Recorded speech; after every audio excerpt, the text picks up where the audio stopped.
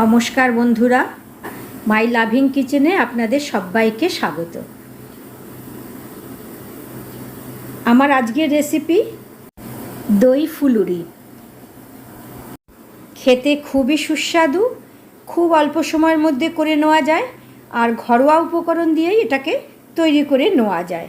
গরমে যখন অন্য কিছু খেতে ইচ্ছে করে না, তখন এটা কিন্তু সবাই ভালোবেসেই খাবে।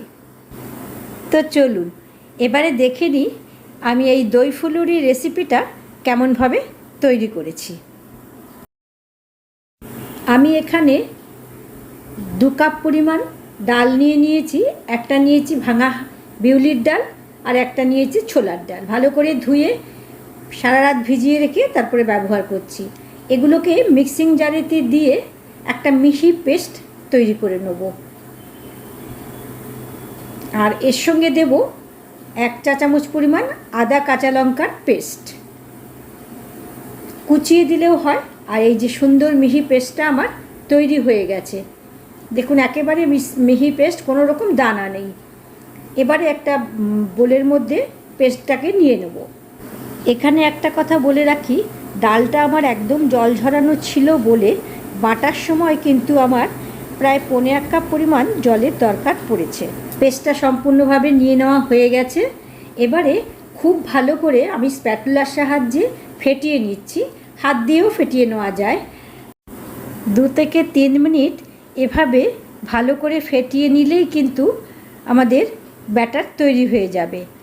একই ডিরেকশানে ফেটাতে হবে যাতে এয়ার বাবলটা খুব ভালোভাবে তৈরি হয়, যার ফলে বড়াগুলো খুবই স্পঞ্জি হবে, যার মধ্যে মশলা ঢুকবে।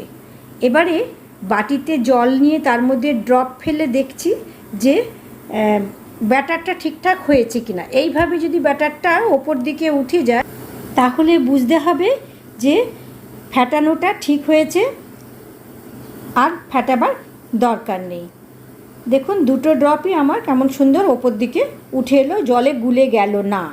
এবারে ভেজে নেব। কড়াইয়ে বেশ খানিকটা পরিমাণ রিফাইন্ড অয়েল নিয়ে প্রথমে ভালোভাবে গরম করে নিয়ে ফ্লেমটাকে মিডিয়াম করে দিয়ে আমি ছোট ছোট করে বড়াগুলোকে ছেড়ে দিচ্ছি। এগুলো কিন্তু বেশ ফুলে উঠবে, একটু বড় হবে, আর শক্ত না হওয়া অবধি স্প্যাটুলা দেবো না, এই জন্য কড়াইটাকে নেড়ে দিচ্ছি। তবে আপনারা নাড়লে একটু সাবধানেই করবেন, কারণ তেলটা ছিটে গায়ে আসতে পারে, নতুবা একটু শক্ত হওয়ার পর স্প্যাটুলা দেবেন। ভাজা আমার এরকম লালচে করে ভাজা হয়ে গেছে, আমি এবারে তুলে নিচ্ছি। এরকমভাবে ব্যাটার অনুযায়ী যতগুলো ব্যাচ হবে ততগুলো ব্যাচে ভেজে নিতে হবে। আমি আর একটা ব্যাচে ব্যাটারের বড়াগুলোকে তেলের মধ্যে ছেড়ে দিচ্ছি। একই রকমভাবে লালচে করে ভেজে নেব। আর এদিকে আরেকটা ওভেনে আমি খানিকটা পরিমাণ জল গরম করতে দিয়ে তার মধ্যে 1 চা চামচ পরিমাণ লবণ আর সামান্য হিং দিয়ে ফুটিয়ে নিচ্ছি। তবে ফুটন্ত জলে কিন্তু বড়া দেব না, তাহলে গলে যাবে।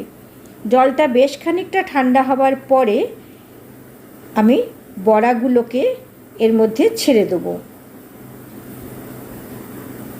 10 মিনিটের জন্য রাখলেই বড়ার ভেতরে জল ঢুকে যাবে, খুব বেশিক্ষণ রাখার দরকার নেই।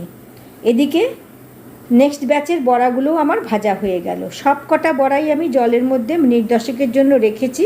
এরপরে আলতো হাতে চিপে চিপে একটা প্লেটের মধ্যে তুলে নিচ্ছি। সব কটা বড়াই এভাবে জল চিপে চিপে তুলে নিতে হবে। দেখুন জলের মধ্যে কত তেল বেরিয়ে গেছে, অতএব আমরা যে তেলে ভেজেছি তার অনেকটাই বেরিয়ে গেছে, খুব একটা আনহেলদি হবে না খাওয়াটা। এবারে একটা বড় বলে বড়ার জন্য যতটা দই লাগে আমি দই দিয়ে দিলাম, আর দিলাম 1 চা চামচ পরিমাণ বিট লবণ, 1 টেবিল চামচ পরিমাণ ভাজা জিরের গুঁড়ো, 1 চিমটে হিং, আর রেগুলার সল্ট দিলাম 1/2 টিস্পুন, আর 1 টেবিল স্পুন দিলাম গোলমরিচের গুঁড়ো। সব কিছু দিয়ে ভালো করে মিশিয়ে নিলাম। এবারে বড়াগুলো এর মধ্যে দেব। প্রথমেই আমি চিনির ব্যবহার করলাম না, কারণ সবাই চিনি খাবে না, যার জন্য কিছুটা আমি চিনি ছাড়া তুলে রেখে তারপরে বাদবাকি অংশে চিনি দেবো। চিনি দিলে টেস্টটা অতি অবশ্যই ভালো হয়, কিন্তু সবার জন্য এটা ভালো নয় বলেই চিনিটা প্রথমে আমি মেশাইনি। এবারে চিনিটা দিলাম 2 টেবিল চামচ পরিমাণ, পাউডার সুগার দিয়ে আলতো হাতে মিশিয়ে দিলাম। আর দেখতে ভালো হওয়ার জন্য আর আরেকটু স্পাইসি হওয়ার জন্য আমি সামান্য রেড চিলি পাউডার ব্যবহার করেছি। অবশ্য আপনারা যদি না চান রেড চিলি পাউডার নাও দিতে পারেন। এবারে আমি একটা বড়া কেটে দেখাচ্ছি কতটা নরম এবং জুসি হয়েছে।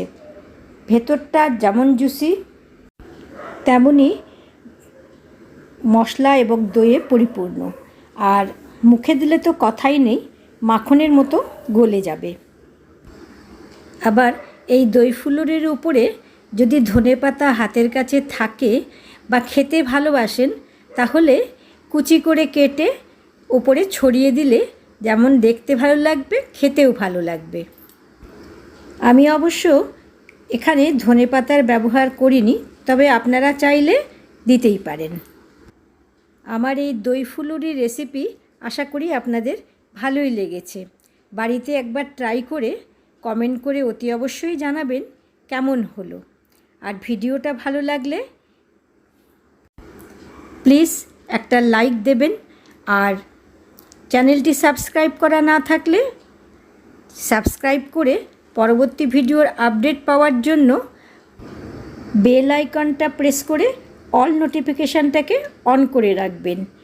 সবাই ভালো থাকবেন, সুস্থ থাকবেন। কথা হবে নতুন রেসিপি নিয়ে পরবর্তী ভিডিওয়।